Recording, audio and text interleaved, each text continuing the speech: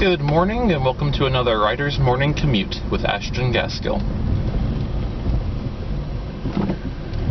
So once I figure out the climax of my story and my outlining process, it's kind of the end of the character's arc. The only thing that comes after that is, wrapping up loose ends, tying off final emotions. And with some of that in mind, with the climax all figured out for the most part, there'll be some ironing out later, but the general movements of the climax figured out, I pop back to the very start of the story, which I call the characteristic moment, or the opening scene, opening image.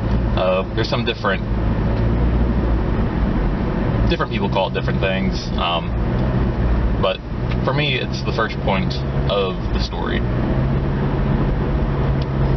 It could also just be called the hook, because this is where you're going to be really showing your audience that you can deliver on the promises of the premise, and that they're in good hands for the rest of the story. So keeping in mind that we know what sort of emotions our story is going to end on, the first thing I look at is what sort of emotions we can start with. So we're going to take those final emotions and we're going to invert them.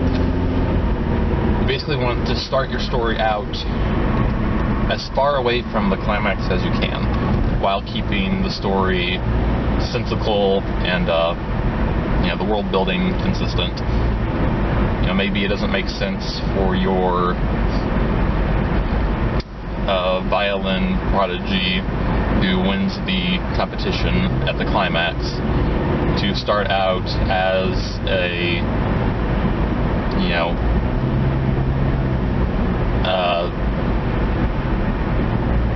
kindergarten kid who's getting bullied and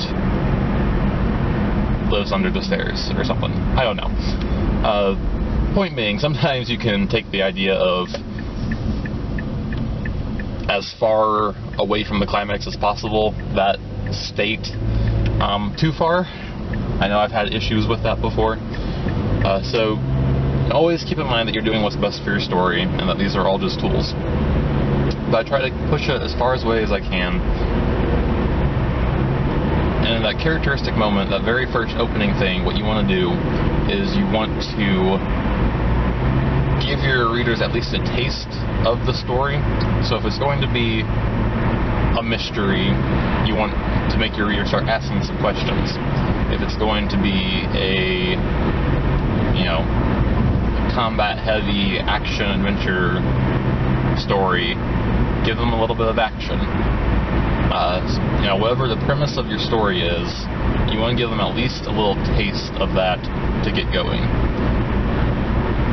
I had another video where I talk about Netflix's series Mindhunter and My Hero Academia, and those two shows have very simple premises. Mindhunter is about the CIA, I believe, talking to serial killers and trying to learn about what makes them tick, and My Hero Academia is about superhero high school. Yet both of them took so long to get to the premise that they almost started to lose me. So you really want to at least give a flavor of that right away to assure your audience that you know what you're doing, that you are going to get to what they were promised, because that's why they showed up. So you want to let them know that they showed up for a good reason. You also want to show your hero or your main character and their various personality traits. I try to really hard to hint at every one of my character's virtues and vices in that first scene, which for me is just 1,000 words. I don't have a lot of space to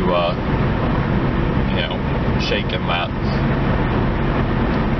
And really try to define who they are, what they want, If I can hint at their ghost, I will, but I'm not too worried about that. I'm more worried about who they are right at this moment, rather than worrying about how they got to be that person. But showing their strengths and weaknesses, what they want.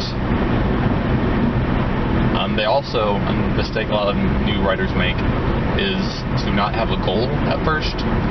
I usually put a small goal in the first scene that probably works into a larger goal for the first, up until about the inciting incident or the first plot point.